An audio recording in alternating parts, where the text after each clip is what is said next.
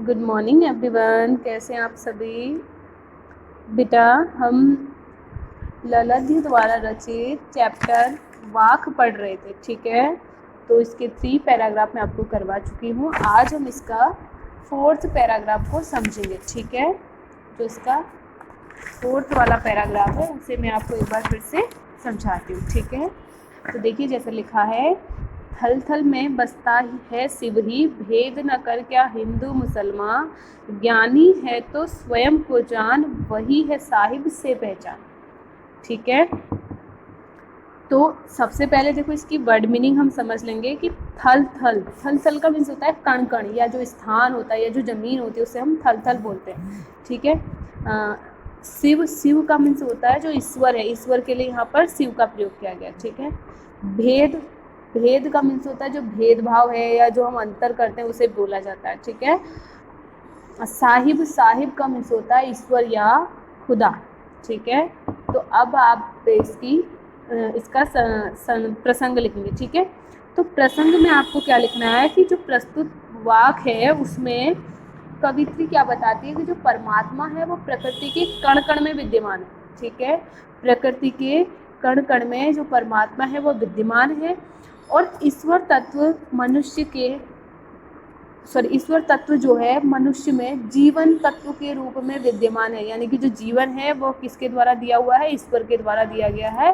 तो जैसे हम बोलते हैं ना कि सभी में ईश्वर है या सभी में भगवान है, तो जीवन तत्व के रूप में सभी के अंदर वह विद्यमान है, ठीक है।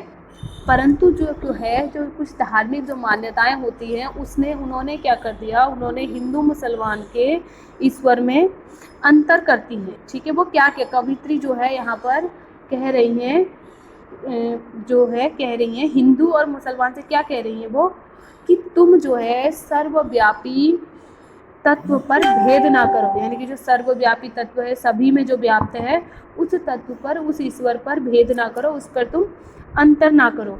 यदि अगर तुम्हें वास्तव में सच्चा ज्ञान प्राप्त हो गया है तो तुम क्या करो, स्वयं को पहचानो। क्यों पहचानो? क्योंकि तुम में ही ईश्वर बसता है, ठीक है।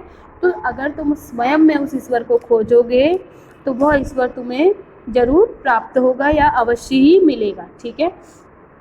तो कवित्री कह रही है कि वह ईश्वर चेतन रूप में हमारे अंदर जो है विद्यमान रहता है, ठीक है।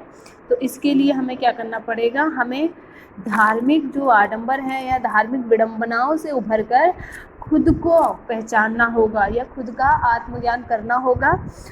उससे क्या होगा कि हमारे अंदर का जो ईश्वर है वो हमें पता चलेगा और हम क्या करेंगे, ईश्वर को प्राप्त कर पाएंगे, ठीक है।